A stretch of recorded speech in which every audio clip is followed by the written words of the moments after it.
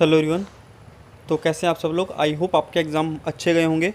और अगर आगे आपका एग्ज़ाम है शिफ्ट 2 या शिफ्ट 3 में, तो रिव्यू देने के लिए मुझे मैसेज ज़रूर कर दीजिएगा। तो शिफ्ट 1 के रिव्यू के क्वेश्चंस मिल चुके हैं। तो ओवरऑल लेवल जो बताया काफ़ी ज़्यादा इजी है। जैसे हमने देखा शिफ्ट 3 जो थी 17 जुलाई की, काफ़ी ज़्यादा ईजी थी। तो आज की शिफ्ट भी काफ़ी ईजी रही। हमें जो जीके के सभी क्वेश्चंस मिल चुके हैं, इंग्लिश के मैक्सिमम कॉन्सेप्ट मिल चुके हैं, और जो बाकी क्वेश्चंस हैं वो मैं आपके टेलीग्राम चैनल पर डाल दूँगा। तो बात करते हैं फर्स्ट क्वेश्चन की। फर्स्ट क्वेश्चन आपका फिलअप से था, सब्जेक्ट वर्ब एग्रीमेंट का क्वेश्चन था। जैसे नाइदर नॉर करके यूज़ रखा था, तो आपको पता है नाइदर नॉर के साथ जो वर्ब यूज़ होती है वो लास्ट में सब्जेक्ट है। जैसे नॉर के बाद मेरे ख्याल से टीचर्स दे रखा था उन्होंने बताया, तो टीचर्स अगर दे रखा था तो वर्ब क्या यूज़ होगी, प्लूरल वर्ब होगी यूज़ होगी। और अगर नॉर के बाद सिंगुलर सब्जेक्ट यूज़ होता तो सिंगुलर वर्ब यूज़ होती। ठीक है, तो प्लूरल वर्ब यूज़ होनी थी वर्ब के अकॉर्डिंग टीचर्स के बाद। जो भी ऑप्शन था वॉज वर इज़ आर, उसके अकॉर्डिंग आप यूज़ कर लेंगे। ईजी क्वेश्चन था। पैसेज के 4 क्वेश्चन पूछे जा रहे हैं अर्शिफ्ट में, और पैसेज ईजी था बताया। ऐसा कुछ ज़्यादा लेंथी लैंग्वेज नहीं थी उसकी, कुछ ज़्यादा मुश्किल नहीं था पढ़ने में, ईजिली सॉल्व कर सकते थे। तो पैसेज का टॉपिक था about incident of a lady, मतलब एक लेडी का इंसिडेंट था कि वो शॉपिंग पर जाती है तो क्या क्या, मतलब उसको लगता है कि उस घर में चोरी हो गई, ऐसे करके एक पैसेज था पूरा। सिनोनिम पूछा था एंटीक का, तो एंटीक का सिनोनिम देखिए क्या होता है, एंशियंट क्लासिकल। एंटीक मतलब जो पुराने ज़माने की चीज़ होती है। एंशियंट आपका ऑप्शन में दिया हुआ था, तो वही राइट आंसर होगा। एंटोनिम पूछा था शैलो का। शैलो क्या होता है, सुपरफिशियल, ऊपरी सतही जो चीज़ होती है। तो इसका एंटोनिम क्या होगा, डीप, सीरियस या फिर प्रोफाउंड। वन वर्ड सब्स्टिट्यूशन से क्वेश्चन था हमारा, one who is broken easily, जो चीज़ आसानी से तोड़ी जा सकती है। तो ऑप्शन के अकॉर्डिंग ब्रिटल होगा, वरना फ्रेगाइल भी आपका आंसर होता है, फ्रेगाइल। ठीक है, तो ब्रिटल ऑप्शन में था तो बिल्कुल करेक्ट होगा भाई। इनडायरेक्ट क्वेश्चन से कुछ था कि she said to me when will you give me book करके कुछ क्वेश्चन था। तो सिंपल क्वेश्चन था, इजी आपसे हो सकता है। व्हेन विल है तो व्हेन वुड करके आ जाएगा, she asked to me when would, ऐसे करके आपका हो जाएगा सिंपल।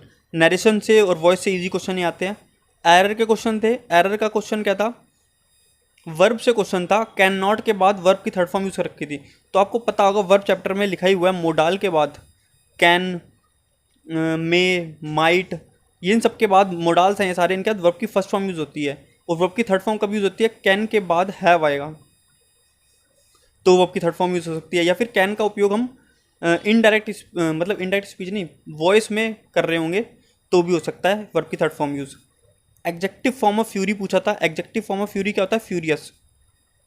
ठीक है, फ्यूरियस आपका होगा राइट आंसर यहाँ पे। ऑप्शन क्या थे वो भी बता दीजिएगा, उसके अकॉर्डिंग आंसर कुछ और भी हो सकता है। जैसे मैंने एक आंसर दिया था ईज, आपका क्वेश्चन पूछा गया था ईजफुल दिया था, तो काफ़ी लोग कमेंट कर रहे थे ईजफुल ऑप्शन में था। तो भाई मुझे ऑप्शन नहीं मिल पाते हैं, क्वेश्चंस मिल जाते हैं, तो मैं उसके अकॉर्डिंग आंसर बता देता हूँ आपको। अगर इजी ऑप्शन में था तो इजी भी हो सकता है, अगर ईजफुल नहीं था तो ठीक है। तो मैं तो आपको सिंपल बता देता हूँ क्वेश्चन के अकॉर्डिंग। अगर ऑप्शन से तो वेल गुड, आप बता दीजिए ऑप्शन में, उसके अकॉर्डिंग मैं आंसर एक बार चेक कर लूँगा क्या हो सकता है।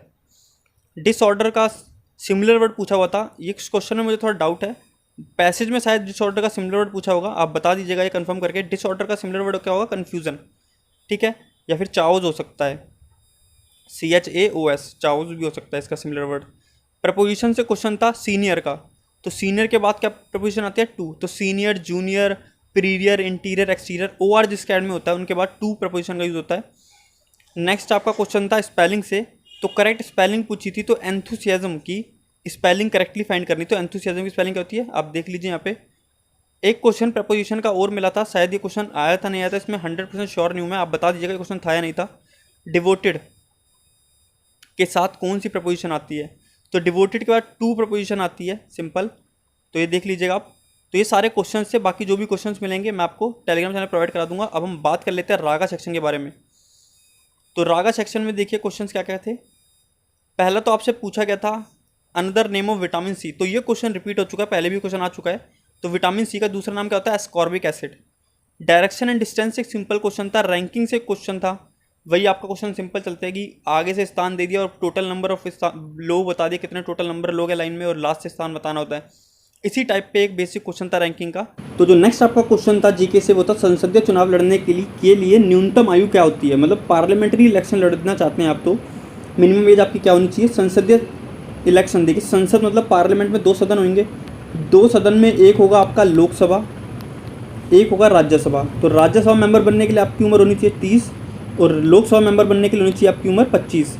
तो मिनिमम एज क्या होगी संसद में इलेक्शन लड़ने के लिए, 25 साल उम्र। ठीक है, तो 25 ईयर्स ऑप्शन में था, वो आंसर होगा। सर गैलफील्ड ट्रॉफी 2020 किसे दिया गया? मतलब ये क्रिकेट में एक सराहनीय योगदान के लिए दिया जाता है। तो विराट कोहली को 2020 में सर गैलफील्ड ट्रॉफी मिली है। डाटा इन कंप्यूटर, कंप्यूटर के अंदर जो डाटा होता है उसे क्या कहा जाता है? ठीक है, स्टोरेज करके उन्होंने बताया आंसर होगा। तो ऑप्शंस नहीं पता थे, उस अकॉर्डिंग आप ऑप्शन बता दीजिए क्या क्या थे इसमें। और क्वेश्चन पूरा कंफर्म क्या था? नॉन वर्बल के 4 से 5 क्वेश्चन ईजी थे, काफ़ी बता रहे थे।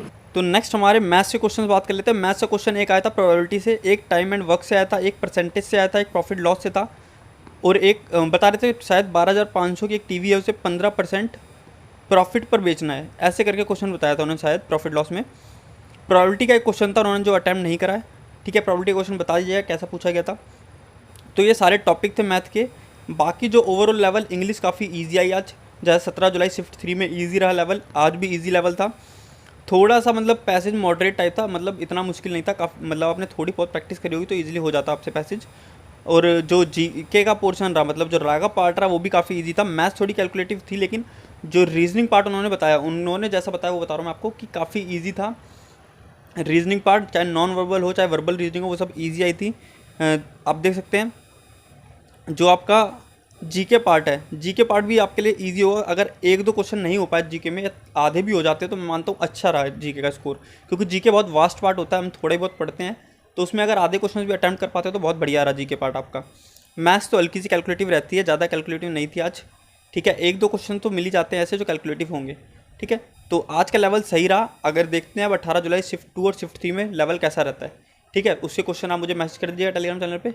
तो मिलते हैं जल्दी शिफ्ट 2 के रिव्यू के साथ।